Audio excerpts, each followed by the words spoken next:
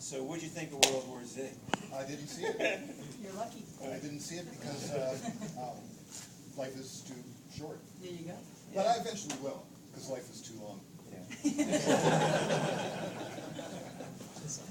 Now, let me introduce the panel first. You can all introduce yourselves because you know more about you than I do. You don't even know me. Yes, I do. Have we met? I know you, baby. Monica O'Rourke? I know. I'm a writer and an editor, and I actually have a new book out called What Happens in the Darkness that's, who's my publisher? Shane McKenzie's the publisher, but he bailed. He didn't come to this trip. Yeah. And, yeah, Trick. I know, Skip's not too happy about it. We want more pixie sex. So, and also, the bizarrely cult-followed Poisoning Arrows has been released by Deadite in an affordable format for once. So, Yay. Yay! So, but I'm also an editor. Okay. Hi everybody, my name is Mike Arnson. Write predominantly horror, been around a while. I teach also at Seton Hill University. Tom's taught in our program. I have indeed. You wouldn't give me an MFA, so I said fuck.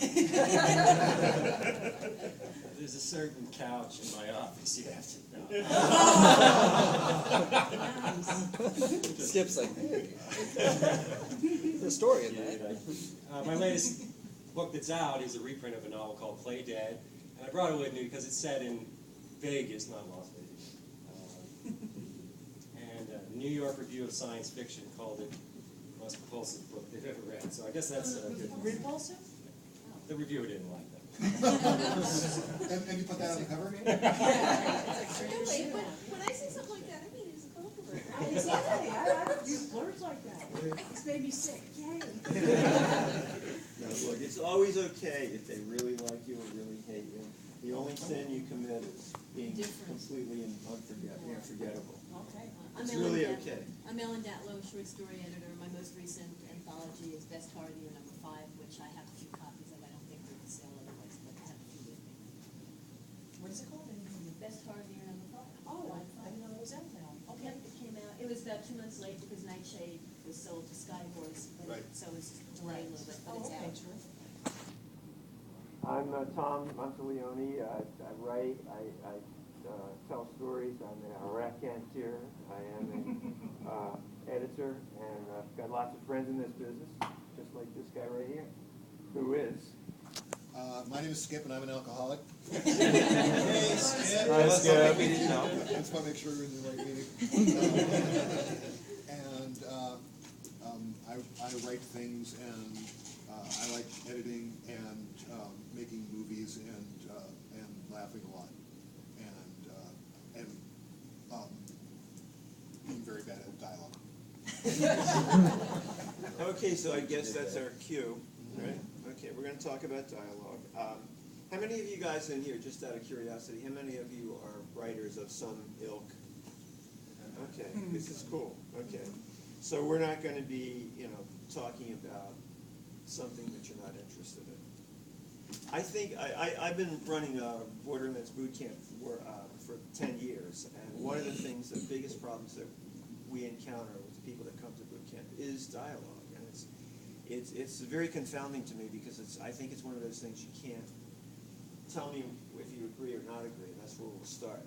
Is writing good dialogue, is it something that you think you can teach people, or do you think it's something that you either just have or don't Can I have? tell from a point of view of an editor? I mean, I don't know. I'm not a writer, so I don't know. And I'm, No, you can't. Of course you can. I think no. I said. Of course you can. I was going to say yes, you can. Yeah. I mean, No, when I'm saying you can talk as an editor. Oh. All right. I thought they canceled WWF. No, tell me what you think. When I see, when I teach workshops occasionally, and what I say is, yes, if one of the things that turns me off is dialogue that sounds totally fake and totally unreal. And what I tell people is, first of all, one of the best people who writes dialogue is Elmore Leonard. Oh, yeah. Pick up any of his books, and he gets rid of the he said, she said, he said, because the thing is, if you have two voices speaking, they have to have different voices. And that's part of the trick, if it's a trick. skill of writing dialogue, of writing good dialogue. Your characters have to sound different. And the other thing is to help you discern whether your dialogue works, read it aloud. I mean, and does it sound like what people talk like or not? Okay, that's for next hour. Don't move on.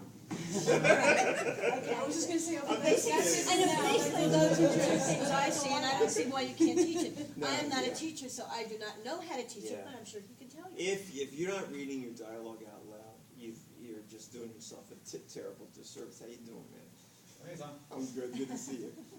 It's absolutely essential that you do this. Even if you can, now you can record digitally on your computer or something. Or listen to it back. Holy shit! You know, Yeah. right? Or have It's somebody else unbelievable. read it. Have somebody else read it, and then, like, if you know Yeah, any if they know actors how or to anything, read. if they know how to read, like, if they're actors or something, and you know, writing screenplays, we often have a situation where we have table reads, we have people sitting down, and you can tell very quickly whether this line of dialogue works. Because or if not. the actor it doesn't make any sense to him. If they don't know how to play Yeah, it, you know it's a turd. yeah, Right, yeah, it's not right, playable. right. Exactly. And that's how you modify it. William Goldman, who's also, I think, one of the greatest people to read for dialogue, when he wrote Marathon Man, he would read it aloud and he would play all the parts. And so in the entire Is It Safe thing, as he was writing that, all the people in his building were like on the floor above or below him. They're going, yes, it's safe. They were terrified of him. They were completely terrified of him because of the nature of what he was Yeah, doing, but yeah. he was refining it until it was so And good. that scene was brilliant. No, it's Yeah. unbelievable. Yeah. So I think a lot of it really comes down to, you gotta listen to people and how they actually talk. If you are getting all of your stuff from other people who don't know how to write dialogue, or from television or something, then it's not gonna track. But if we spend so much time talking, we need to spend that much time listening, and then we can start to hone in on what we're trying to say. Can you teach people how to write dialogue? You can teach people how to edit their dialogue. You know, I work with a lot of authors, and there are 2 points that I'm constantly pointing out to them. One, you've already brought up, always read yourself out loud. And in that same thought, I don't understand why a lot of newer writers hate contractions. You know, we don't talk, we do not talk. I am not going to say it that way. It just, and if you read it out loud, you'll stumble over your own words. And there was a second point, I forgot. I'll bring it up again after, yeah. I was just going to have an outburst about John made a great point about TV and how that dialogue is different than other forms of dialogue. I think a lot of new writers are just trained by television to think that's how all dialogue should sound. And in my experience, reading a lot of manuscripts by writers who perhaps haven't gotten published yet, or rookies or whatever, a lot of it is TV dialogue, and it doesn't read well. I wish I could explain or characterize why, but it's just flat. It's very character-centered, which is good, but often the writer isn't thinking about anything beyond the next action or something. Well, again, and then actually to expand on that, because that was my second point, the dialogue, when people speak, they cut themselves off, they don't speak in complete sentences. When you answer a question, you don't repeat the question in your answer. I mean, it's just not the way people talk. And you'll notice also, if you have conversations with people, you rarely say the other person's name, unless it's for out of anger. Unless you're in a show program. I can't tell you how many times, Yeah. delete, I'm like, people do not speak this way. Monica. But Skip. My feeling, Monica, is this. Skip, I think you're right. But you have to be careful also. I think if you cut off too much, you have to be aware that someone's reading this. I mean, there is a difference between speaking it aloud and reading it on the page. But And also, you have to be See, I think careful. Parker walked that line. He would do that a lot, where often his dialogue all of a sudden would get so self-conceited that you really didn't know what the fuck they were talking Yeah, I mean, you have to make sure that your dialogue is comprehensible by the reader. but I'm not saying, I just want to Yeah. finish up that idea. It's the same with dialogue tags. Unless you know who's saying what, that's a very lazy approach to say, Skip, because you're afraid the reader won't understand who's talking. You better strengthen that sentence and explain have your character through actions explain it rather than have to repeatedly put in dialogue tags, the he said, she said, and please stop using adjectives and adverbs and dialogue tags. And, you know, don't he Like exclaim. he said happily. Yeah, he exclaimed happily. Really? If he's saying yay, you know he's exclaiming You happily. kinda got that. You know. I would say the rule with dialogue is the same as with every other part of fiction. It's not that you're trying to capture real dialogue. Written dialogue should be real dialogue, only better. In the same way that stories should be like real life, only better. It's like the good parts version or The interesting the version. interesting. Leave out the the parts interesting readers version. skip, Yeah, as that's what Elmore Elmore Leonard Leonard said. said. Yeah, that's, No, it's just true. It's true. It's just I absolutely think there's a true. corollary to that too, that maybe Leonard didn't say. If I may be so bold. That sounded very arrogant, didn't it? Sorry about that one. One of the mind things is that you need to, that you said, one of you said, is very important, that you need to be able to edit your own work. It's one of the things we try to, one of the things that people come to boot camp is, I'm not gonna teach you how to write. Either you have that skill or you don't. But I am gonna teach you how to revise and edit and Right. understand what you have written.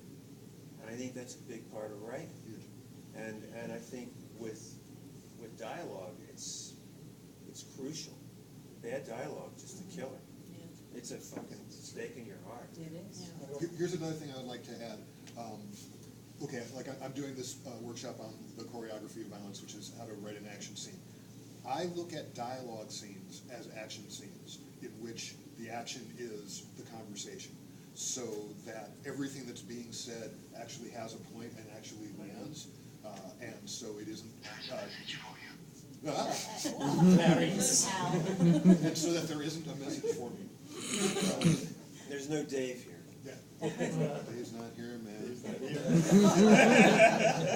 Can't do But, that. yeah, just basically that when you're writing a dialogue scene, the purpose of any scene is to kind of capture the moment and propel the narrative forward, right? So if people are having a conversation, what are they talking about and why? They don't have to be on the nosing it, and in just the same way that they don't have to be going, Monica, I feel that Monica, it's really important about this, Monica. But you have to be, you have to focus in on why are these people talking? What is the point of us sitting here through the scene? And I feel like film teaches us that in a lot of ways that books allow us to slide with, because if you're watching a movie and people just start going blah, blah, blah about nothing, you are going to change the channel. But unless you're the kind of reader who hits a part of a book and goes, why the fuck am I reading this, and puts it down and does something else, you're kind of stuck there with the writer and their That's what bad skimming's habits. for. That's what skimming But you don't want your reader to skim. The second I start skimming, I'm gone. Yeah.